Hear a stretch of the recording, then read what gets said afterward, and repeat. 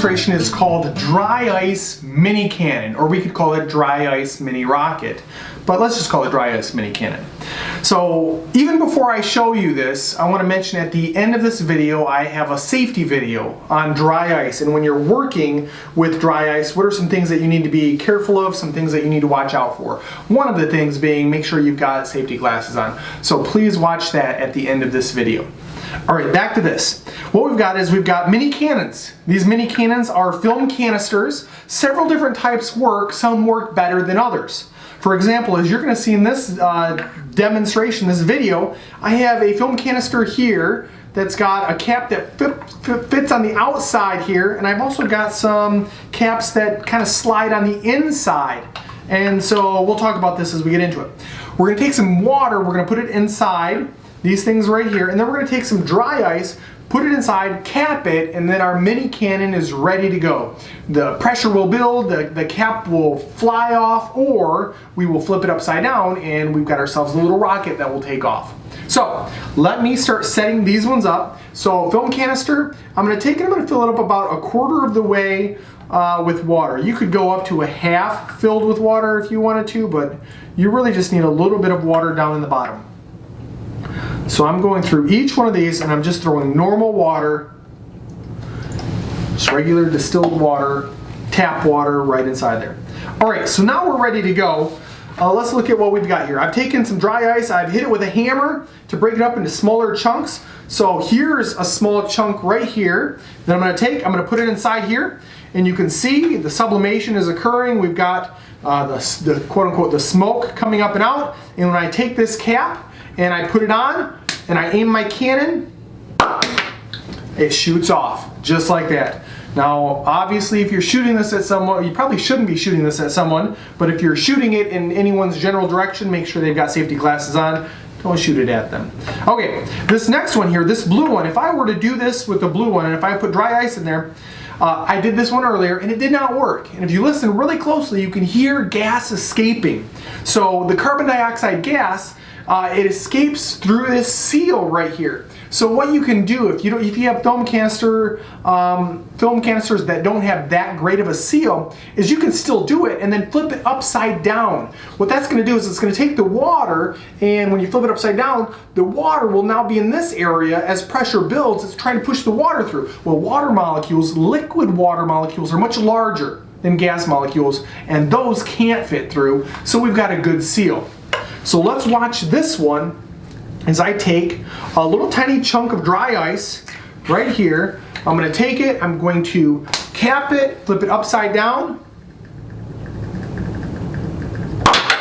And there it goes. Okay? And that went pretty quickly. I've got a little dent in my ceiling. So that one shot off really nicely. So I'm not even going to do the next one. Let's go back to these ones here that won't put a dent in my ceiling or a scratch. And let's see if this little guy right here is going to work. So again, grabbing this one, let's put a cap on it and see if and there we go. I shot it off like a little mini cannon. I forgot to mention at the beginning, where can you buy these film canisters? You can buy these on eBay, Amazon, they're all over the place. Usually, you know, depending on the size of the package that you buy, you're going to get them for somewhere around 25 to 50 cents. So somewhere in there, they're a lot of fun. Again, make sure you're being safe. The science behind this, what's happening? Well, with almost all demonstrations dealing with dry ice, we've got sublimation. So the changing from a solid to a gas without stopping by the liquid phase. And the reason for putting the water in here is to speed up that process. This would still happen, at least these two far ones, they would still happen if we didn't put water in there. It would just take a lot longer. So this right here, as we have the gas phase, as it's changing over to the gas phase, that gas occupies a lot more space than what solid carbon dioxide, which is dry ice. It takes up a lot more space, so pressure begins to build. So that gas pressure builds, and soon the top flies off. And this one is bubbling, making noise. So a fun demonstration. Make sure you're being safe.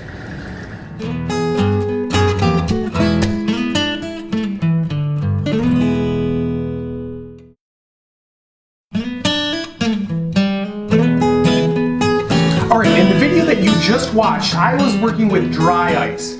what I want to do is I want to talk about the safety of dry ice, but this is not all inclusive. I would encourage you to also check the safety data sheets on carbon dioxide on dry ice yourself. So let me tell you some of the things that I do, but I would encourage you to go above and beyond what I've got. Okay, so you notice I've got some safety glasses, goggles, those would be a nice thing to have.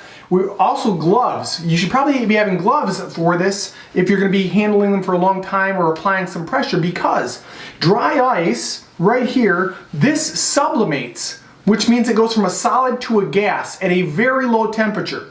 So in Fahrenheit, that's negative 109.3 degrees Fahrenheit. In degrees Celsius, it's a negative 78.5 degrees Celsius. So this is really, really, really cold. So if you go outside on a snowy day, you could get frostbite if you're out there for a long time. Or even if you have ice on you, you've got a little while. But with this right here, this dry ice, without gloves, if I set this in my hand, right about there, that's about how long you have until it's going to start hurting, because it could be harmful beyond that point. It could actually freeze your cells and we could have some serious damage. So as you're working with dry ice, you need to have gloves. Thin gloves like this aren't going to do the trick, even if you have gloves like this. So maybe some kitchen gloves for doing the dishes. This right here, it's not very thick and it's not going to protect you for very long. So warm gloves like this, snow gloves, or an oven mitt, those are things that will protect your hands if you're going to be working with this. Now, if you've worked with dry ice quite a bit, or if you want to work with dry ice quite a bit, and if you look at me right now, I've got the dry ice and I keep it moving. And if it keeps moving where it's not coming into contact with my hands for very long, then I'm okay. But again, if I take it and I set it right here, right about there, that's when it's going to start to sting. So I don't know what that was, maybe about 2 to 3 seconds. That's something that you need to be really careful about with dry ice. Now, I've seen videos before and I've seen people take this, they'll put it in their mouth and they'll do the same thing. They'll move it around and they'll blow out, smoke, carbon dioxide smoke. Don't do that. That's not very smart. All right, so the safety of dry ice, please be safe.